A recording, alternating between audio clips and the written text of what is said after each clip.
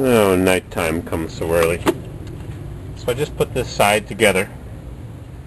And before you put everything under the cover of the brake drum, which is sitting right over here. Ooh, look at that. Dots on the lens. Yep, fluid film. You check to make sure everything's in place and not... Oh! I got a problem. Houston, we have a problem. Look at this. My wheel cylinder pin is just loose. It's not notched into the drum. Oops! Time to take stuff apart. Take the springs off and engage that properly. I was just thinking of something. Back in 1988 or 89, I met my buddy Eric, who died exactly 2 years ago, a couple of days ago. And he had a 79 Chevy C10 pickup. No extra cab on that baby. Just a regular half-ton two-wheel drive with a 305 automatic. And I borrowed the truck a couple times, and I said, I can't drive it. It's just two-wheel drive. I didn't know about four-wheel drive pickups. I didn't know about extra cabs. There were Ford extra cabs, but I wasn't going to drive a Ford. I didn't buy my first pickup. I'll tell you why I'm telling you this story in a second. I didn't buy my first pickup until... Ooh.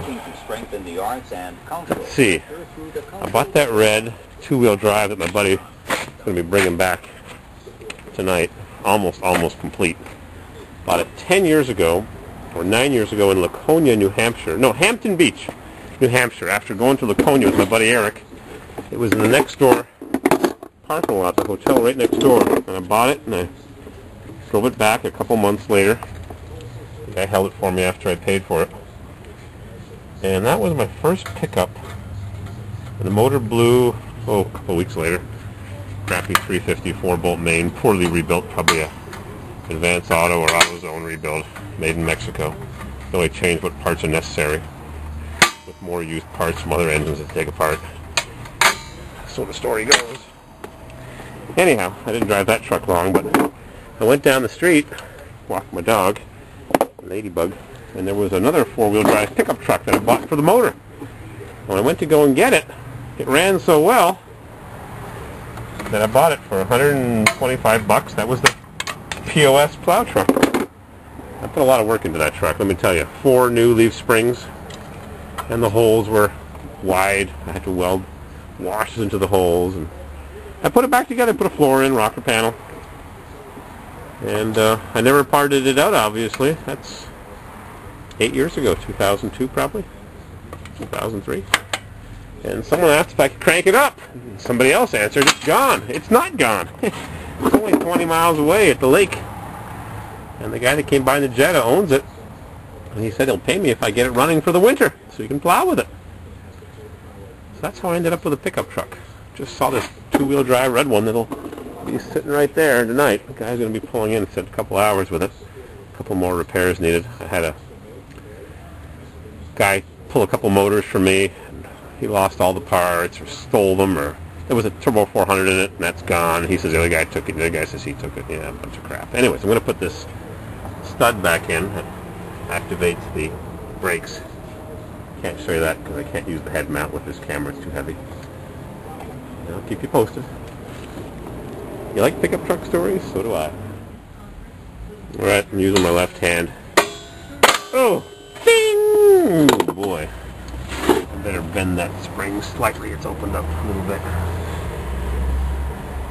So anyways, the reason I was telling you the story about the pickup trucks, what made me think about it, is one of the guys that watches my videos, well, I can't remember his name now. He's talking about getting a 3/4 ton regular cab or an extra cab or a 4-wheel drive or a diesel probably. And I'm thinking, this kid's 16 years old. I didn't think about pickup trucks until I was 42. I'm jealous. I didn't even know about pickup trucks, except for my buddy Eric having that two-wheel drive C10 POS. Then he bought a diesel 6.2 maybe in 86, 87, back in 92, 91, 92. 6.2, it was a stick. He converted it to automatic. Then the motor had water in it, and the motor blew. Oh, jeez, what a disaster that was.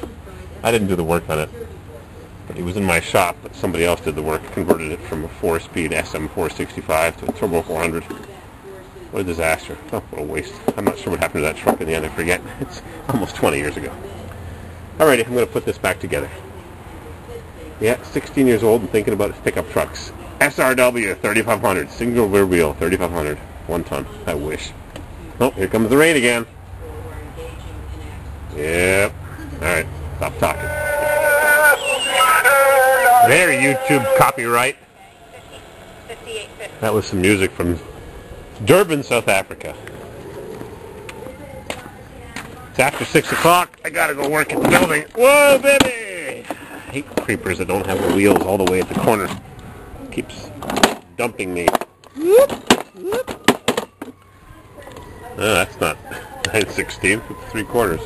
What am I doing with a 9/16? Streets this weekend. We were there and we're inside as well. And right now we are joined by John. I left something on. The battery was totally dead. I did something wrong. Britain. And John Goodall has done this report. 9/16. Hey, it's going. All right, I gotta put caulking on that toilet. I forgot. Oops. 3/4 inch. Oops. 1/4 inch to 3/8. All the way further south, talking to scientists, talking to farmers, talking to the poorest. There's no climate change. It's just a myth. In 20, 30, 50 or 100 years time. And it was a terrifying journey of reality.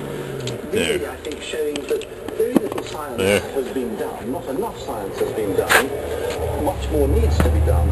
But there's absolutely no... Snap-on tools. Why are they so expensive? I don't know. Wonder what cost price is. Gotta pay a guy a salary. Gotta run that big T-Ruck to deliver the tools to your shop in. It's an expensive truck to run. I guess it beats running a store. I wonder where Snap-on tools are manufactured. And I wonder how many of them are made in China, or what their company motto or policy is. We will never make tools overseas. Like Google, we will do no harm. Like Ronald Reagan said, I'm from the government and I'm here to help. Yeah, Ronald Reagan. I was a bit young back in the 70s. But he made his mark. Jelly beans.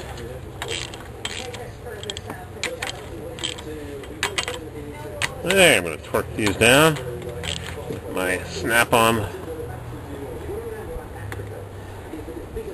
ratchet that I bought on eBay. What I really need is a 21-inch or 22-inch fine-tooth flex head half-inch ratchet. I'll repeat. 21 or 22-inch fine-tooth hex head, fine-tooth flex head. Oops. I can't even repeat what I just said. Fine-tooth flex head half-inch ratchet. So what that means is half-inch drive, flexible head right there, extra long, 21 inches, or 22. That's the longest one they make. It is Christmas, you know. Thought had crossed my mind after I busted that windshield in Indio, California. Maybe I should put a button on my channel, PayPal button, to solicit donations to help pay back that $375 that windshield cost me, and it went down the drain. I just paid the guy for it. I actually made a money order for $100 too much, and he just mailed me back the $100. Good guy. I didn't tell me that I busted his windshield, my windshield. So I had a geek tenant who said he'd do some computer work for me if I'd come over and play some record albums. So I brought him the record albums and the record player, and I haven't seen him. He was driving a piece of junk Volvo. I don't know where he went. I texted him after I got back from vacation to see where he was, see if he's all right. Did he sell his car? Did he lose his job? Move away? Go to jail? I have no idea. Nice guy. Just got a new job in town and wasn't happy there. He was going to redo their website and their promotional stuff for a company that makes valves. I don't know what happened to him. Did he get sick? Skip town? Not paying his rent? I have no idea. Haven't seen him or his car.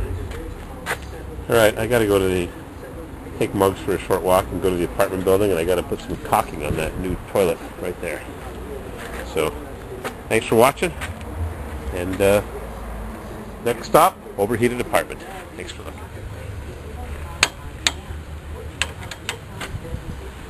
I can click this torque wrench, and that socket ain't moving at 100 foot-pounds.